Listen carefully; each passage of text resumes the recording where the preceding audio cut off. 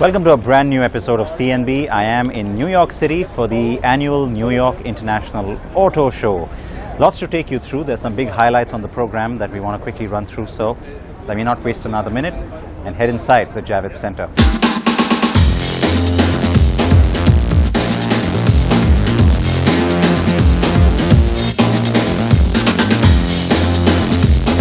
The annual New York International Auto Show is definitely getting bigger every year.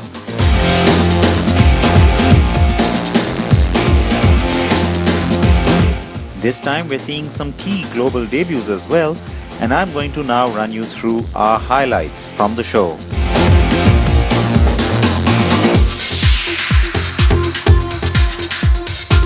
The American brands are flexing muscle as always, and I will begin with Ford's luxury brand, Lincoln. The massive 6-seater Navigator is a concept SUV that will go into production later this year. Imposing looks and those awesome gull-wing doors. Wow! A new 640 bhp powerful variant of the ZL1 forms the flagship of the Camaro range from General Motors' Chevrolet brand.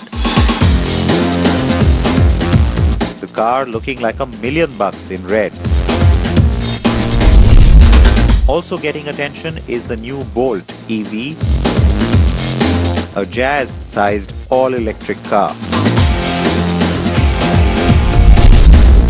And then there's the car I'm most interested in, the second generation Cruise. The new Cruise gets to us hopefully by the middle of 2017. The new generation of the Cruise, well, it only gets to us sometime next year, but it's good to finally get to see the car in the flesh. Now, the whole appearance of the car is a lot more taut. It's looking tight and sporty, but it's not as muscular as the last car, and that's something that might go a little bit against it, because in India, people want that sense of space.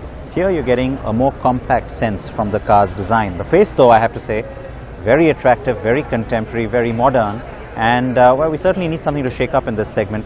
Maybe the Cruise could do just that.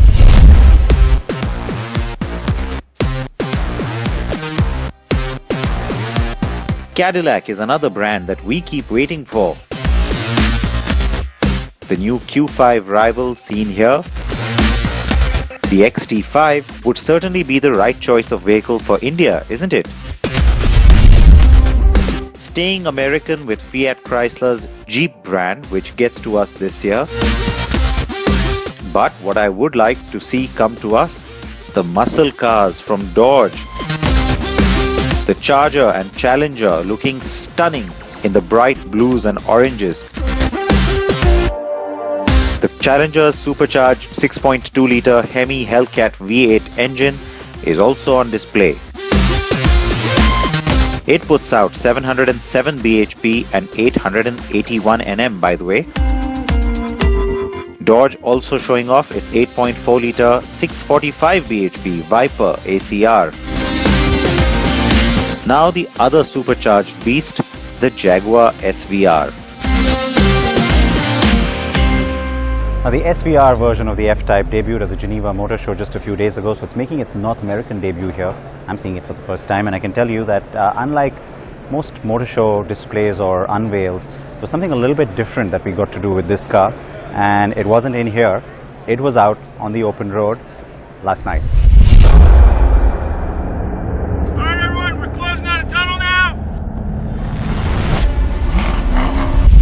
Now, trust JLR to do something a little out of the ordinary. I mean, you've got the car showing up at the New York Auto Show, but that's not enough. We've had the presentation, that's not enough. And so here we are in Manhattan, and yes, it's at night. And behind me is the Park Avenue Tunnel. It's been blocked off for a special event. It's not just a road test, it's a sound test. Let's find out what that means. Jaguar decided it would be fun to listen to the new special exhaust system on the SVR. That also punches 20 more horses, by the way, than the F-Type R at 565 bhp. The sound-sensitive lights in the Park Avenue tunnel were set up to go from white to red as they reacted to the sound. Pretty incredible stuff.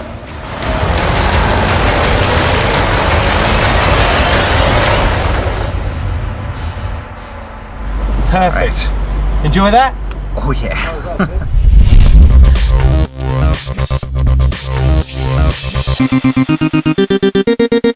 SVR is all about ultimate performance. It's about, taking weight out of the car. It's about adding power, so the power to weight ratio is improved. It's about improving the aerodynamics. It's about modifying the design so it's distinctive, and ultimately it's about increasing the performance of the car. That's the DNA we applied to the Range Rover Sport. It's exactly the same story on the F-Type SVR.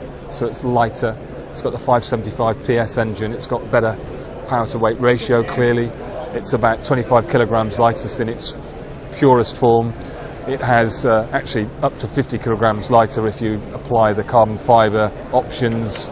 It's got a lightweight, all new lightweight exhaust, so the aerodynamics are much better, and ultimately this is a 200 mile an hour, we call it an all-weather, everyday supercar. 200 miles an hour, 0 to 60 from a standing start in 3.5 seconds. This is a serious car. The sound is very important, we work, the core V8 engine has got a great soundtrack. The engineers work very, very hard to tune it. I just know for a fact that people drive that car and they're listening to the soundtrack, and it's great. We've worked very hard on this. It's got a new exhaust system, so it has a distinctive sound versus the core car, but it's one that we're quite proud of. I think you may have experienced it last night. Back to the JLR stand at the show, and Jaguar also showing off the second car it's launching in the US market. Now in 2015, JLR says that Land Rover was the fastest growing brand here in the United States. This year, it has bigger hopes from Jaguar as well, and this car, the F-Pace, will play a very key role towards that strategy. In fact, JLR has gone so far as to say that it's not just here in North America, but overall for Jaguar, the F-Pace is going to end up as the highest selling Jaguar ever. What we're going to do is with this car is see how it evolves and see how it takes place in the marketplace. The story so far is going to be very successful, and if it is, I don't think there's any reason why we shouldn't look at doing other cars of this type. There's nothing planned yet, but I certainly would endorse the idea of doing smaller ones or bigger ones at some point in the future if it works for us. But the important thing is not to lose the essence of what we stand for. We cannot become another SUV car company. We have to be a sports car company that happens to do an SUV. And I think as long as we keep that in perspective, it'll be the right balance for us.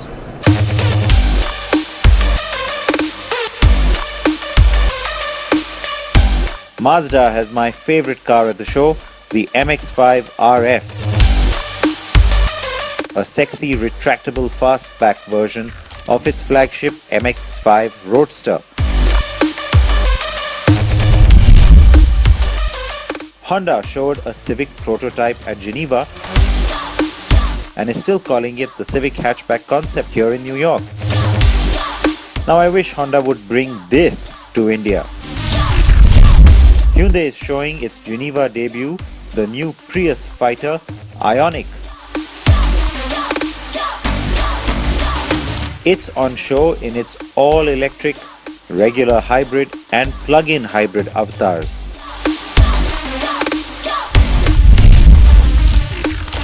Nissan has a special display that pays tribute to all the GTR Skylines over the years, so you get to see each of the older cars here on the stand. And they are the ones that have made the GTR name what it is. All of this as Nissan unveiled the new facelifted GTR. This of course is the GTR that will also debut in India very soon. Now this is the last big major update we're going to see on the GTR in its current generation. The car gets 20 bhp more extra power, which takes it to 565 horses. There is a little bit of a styling change up front, well, all around really, and with it, Nissan says it's created its best and fastest GTR ever.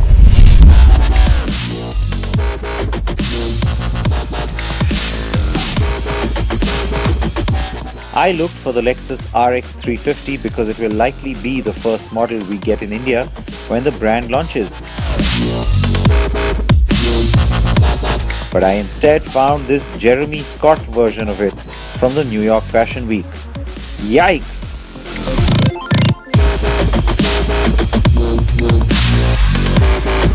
So I've saved the Germans for the last, but that's because they've surprised us the most by bringing some world debuts to the party. Mercedes-AMG has two new models. The sexy C63 Cabriolet and the awesome new E43. Based on the new generation E-Class that's yet to go on sale. Now, if that wasn't good enough for you, the New York show gets another world premiere, the GLC Coupe. The GLC gets to India this year, remember, and the coupe version will likely follow in 2017. It looks very good and almost more like a cross sedan than an SUV. BMW is showing off its recent unveil, the 600 bhp M760i xDrive. Finally bringing M-Power to the 7 Series flagship. And finally, it's the showstopper from Audi. The R8 Spider has the same height and wheelbase of its predecessor, but it's wider and shorter in length. The 5.2-litre V10 punches 540 horses, and the car uses a 7-speed dual-clutch gearbox.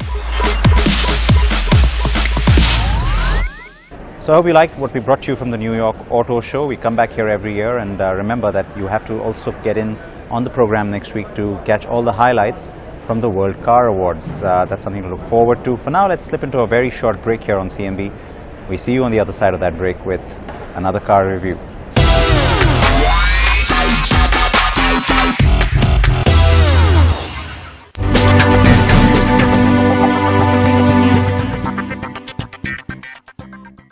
Now, while I have been here at the Javits Center in New York City, Ameya has been busy driving the new generation of the Skoda Superb. Now, it's a car that we scooped for you on the program. You've had a chance to look at it, but now we get into the real detail in terms of what's on the India spec. Take it away.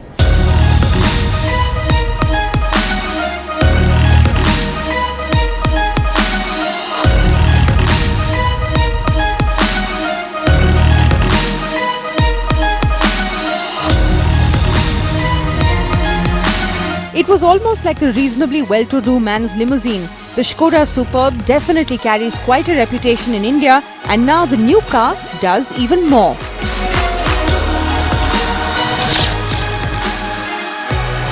We had scooped the third generation Superb, and now that it's in India, we have more details for you.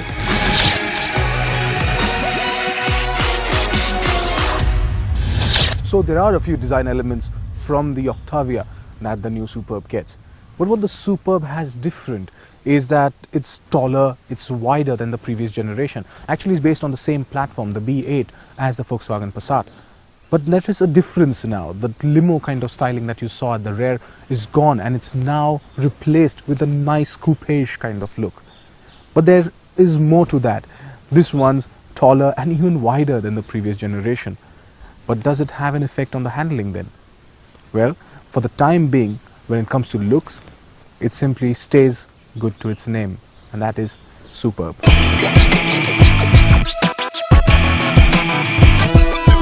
If you check out the design of the tail lamps, you understand that they've been shaped that way to make the car a little more aerodynamic.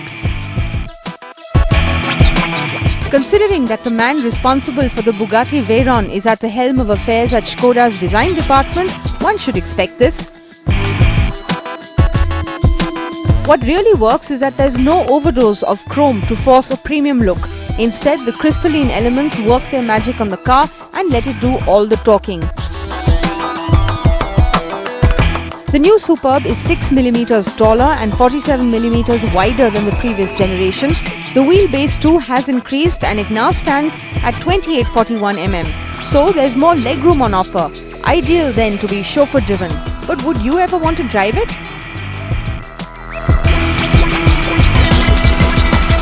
Well, the third generation of the Superb comes with a 1.8-litre petrol and a 2-litre diesel engine. What we are driving is the petrol, and this one generates 177 brake horsepower with the 7-speed DSG gearbox. It's actually quite fun to drive.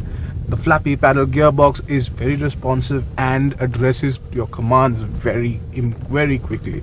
So the gear changes are better. It's fun to drive, and alright, when you turn in, that's when you actually hear some screeching, but well, it's actually quite a nice thing to drive. It feels compact, it doesn't feel like a big car, and that's what you want when you're behind the wheel.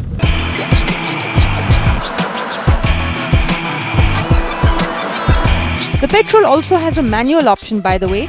For those who want a diesel, Skoda offers the Superb with a 2.0-litre 174 brake horsepower churning engine.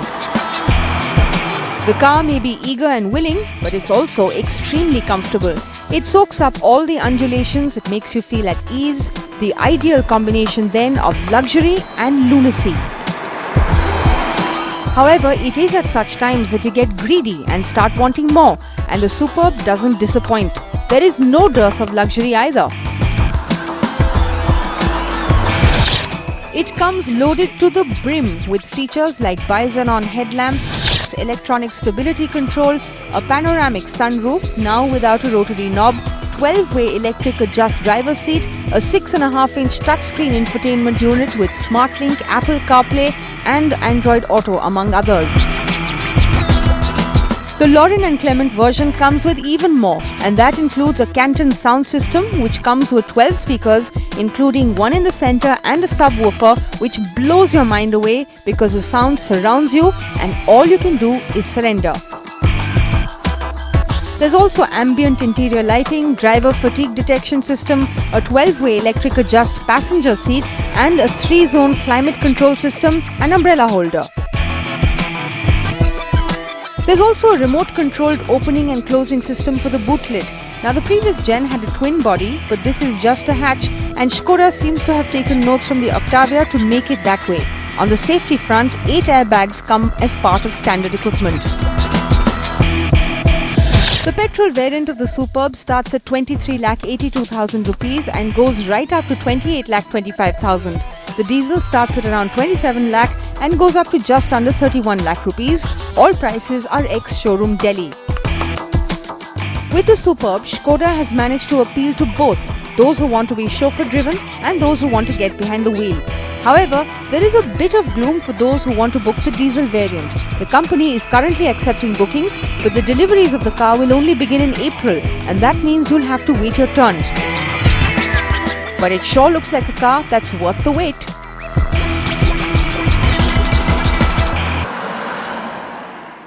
And with that, it's pretty much a wrap here on this week's episode of CNB. I hope you've liked it. Now, I'm popping out at the top of a Wrangler here, and the reason for that, well, we're going to have to start to focus now more on the Jeep brand, and certainly here as part of the truck and SUV exhibit, Jeep takes up a lot of space and it gets a lot of interest as well. Not just in this market anymore, in ours as well very soon, so we'll have more details for you on Jeep in the coming weeks. Look out for that. In the meanwhile, promise me you'll wear your seatbelts and you will wear your helmets if you're on a two-wheeler. See you next week.